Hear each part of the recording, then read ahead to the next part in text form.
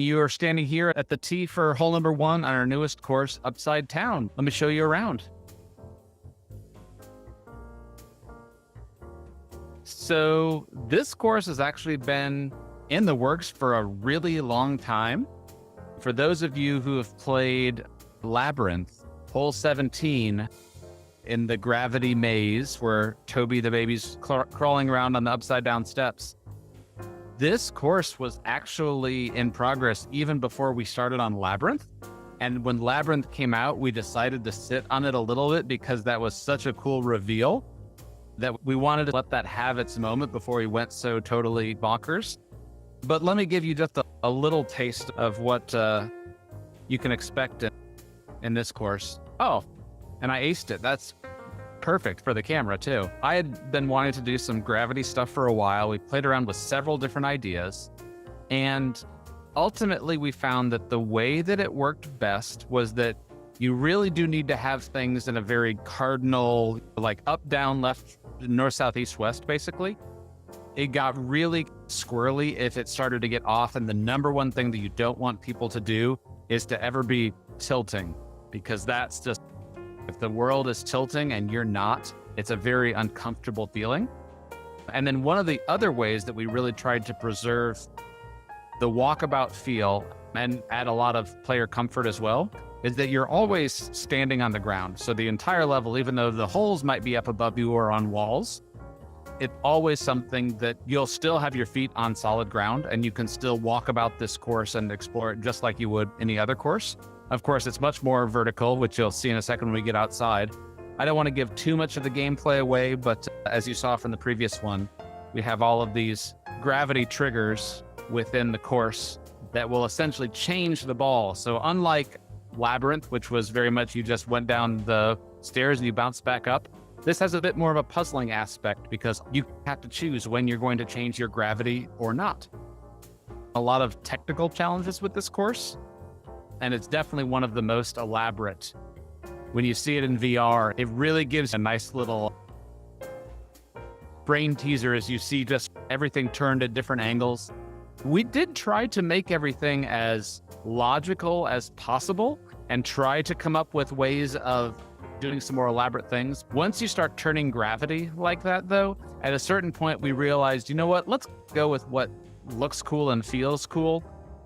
So for instance, even a couple of the just where different sections meet, we opted to go a little bit more funhouse with this one. It's not every single room is entirely turned sideways. Some of them are turned upside down. Some of them are basically just, it's all like this convoluted mess. But the other big thing that we found was that the best way to keep the experience really comfortable for everybody and to really emphasize, especially when you step out into this courtyard, just how crazy this world is, by having the sunlight come in at a real angle that you would see in the real world. That proved to be the thing that made it the most pleasant, and that sense of just everything being at a different gravity. And it was also a big factor in player comfort as well, because once you see that sunlight coming from below you, it's just a big thing that your brain does not really like. Sometimes the gravity just becomes the trap that you just don't want to go into. We had a lot of fun playtesting this level and coming up with all of the whole designs and the gimmicks and everything. A bunch of people have asked what the references were for this one. Doctor Strange has come up. Inception has come up. The Matrix has come up. We weren't necessarily pulling from any single thing, but there's so many different movies and imagery and everything where you've seen this crazy gravity going on, an amalgamation, and it really is built around whatever we felt was going to be like the best way to sell this. One of the other things that I find is so cool is just how detailed there's little storytelling beats, like coming up to this hot dog cart right up here, little scene that happens in this upside down or sideways world. And we really did add a lot of detail to the entire world. It's probably one of the, physically, it's smaller than some of the courses, but it's so dense and so packed. It really does feel like you're exploring this dense city block that just happens to be all turned in on itself. one of my other little favorite details is if I, have the pigeons fly off was a super fun little detail. I have a long history with pigeons that I won't go into. Coming up with the walkabout path for this course was a challenge that also happened fairly quickly, though. Again, just because the world is fairly rectilinear, we did have to come up with some ideas of what each of these spaces were going to be. And we also opted, because it's mini golf, we wanted this to be a wing of a museum. But we also didn't want to spend 7 holes inside a museum. So we're like, okay, we're going to duck into the wing of a museum for just 1 hole and then come out the other side. So we definitely took some liberties leaning into the fact that it's mini golf and just how much fun you can have. I also love the views that you get looking out the windows, and just everything gets framed with just, it really does feel like being in New York, in Manhattan or something, until you notice that those cars happen to be going on the wall instead of on the ground like they should be. This is maybe a good spot to see it, but you can really see it throughout. It is just massively detailed. We had a version of it basically that didn't include any of those buildings, and once we dropped those in, and even when you look up in the sky and you see sort of these cubes of buildings with skyscrapers going off in all 6 different directions, it really brought it together and gave you this sense of this much larger city, even though you're only in this small square block of it. So this is hole number 7. And we're heading up towards hole number 8 here. Several more pigeons throughout. I'll try to wait. You might end up scaring them if you get a little bit too close. They respond both to the ball and if you just happen to get too close to them, they'll not like it and start to fly away. Although most of the holes have gravity triggers on them, we also realized just how much fun it was to do some fairly simple things, like being able to put your ball off the side and just watching it fall away or watching it fall back at you. It's just a really odd experience. I'll just do that one more time.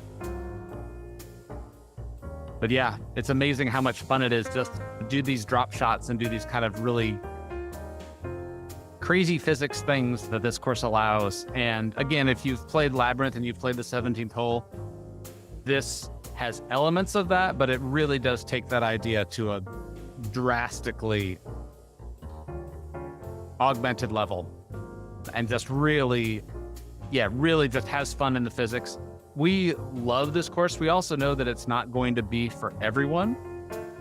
And just because we're getting away from classic mini golf, so the next couple of courses are going to be more in that classic mini golf vein, but it also feels like we're getting to that point now where we've got enough courses out that we feel like it's okay to take a couple of big swings and try something that's totally new. And I think that this is easily going to be several people's favorite course. And a couple other people might like more classic mini golf, and there's more of that coming. So I'm going to try not to show off too much of the gameplay, but that really is the big feature here. And if you're just watching this on video, it's really hard to fully take in just how spectacular it feels to just be in this world. Hole number 10. It looks like we already scared away the local wildlife, but we'll save that as a little surprise for everyone else as they're playing through the course. This was also hands down the most difficult course, strictly just to create, to model. Not only just in all the level of detail that we're doing, but just really figuring out all those moments where you've got gravity turning one way or another, and suddenly you're standing on a wall or, you're standing on a window, but really trying to think through the logic and really make it feel like there is some reality to it.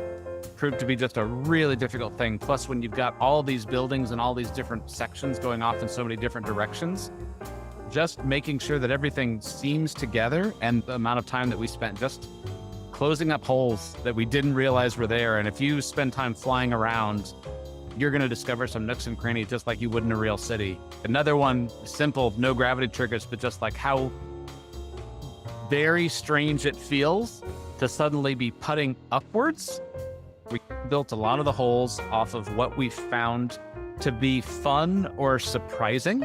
We were putting gravity triggers all sorts of different places, and we had some really elaborate ideas. Many of the elaborate ideas we either backed away from, or I will say that hard mode takes the physics to an even more extreme level. It's super fun. It almost feels like the whole course is built for trick shots that are built around this gravity mechanic. I still just love on this course that walkabout path and how you're constantly spiraling around this one central courtyard. Really cool how different that vantage point changes. One of the other things I forgot to mention earlier on was we really went out of our way to hide the reveal of this big central courtyard until a little bit later on, because the upside down gravity of the subway station and the cafe, we wanted to ease people into it before you have that big wow moment as you step out onto the courtyard. And one of the other great things that we spent a lot of time doing were some of these more smaller spaces that still give you an awesome view out the window, but that kind of feel like this high-end Manhattan loft. Yeah, creating all these sort of like smaller areas and these little nooks and crannies that you wouldn't see from down below as you look up at it. But once you get up into the city, you start to find all these little spaces that just create a nice, homey, upside down space, but also give you a great little slice of life. So we are coming up here to hole 16. We actually ended up adding a sign just recently because so many people got here and they didn't realize that the entire hole was playing on the ceiling. So it's a great opportunity to... Let's take all that signage that we added throughout the entire course and actually give it a little bit more purpose, help guide people towards the right spot. I won't spoil 18, but I will show this one off because this is one of my other sort of favorite holes on the course. So if you are going to play it, you might want to wait just a little bit, but all of the fun that you get to have once gravity can change.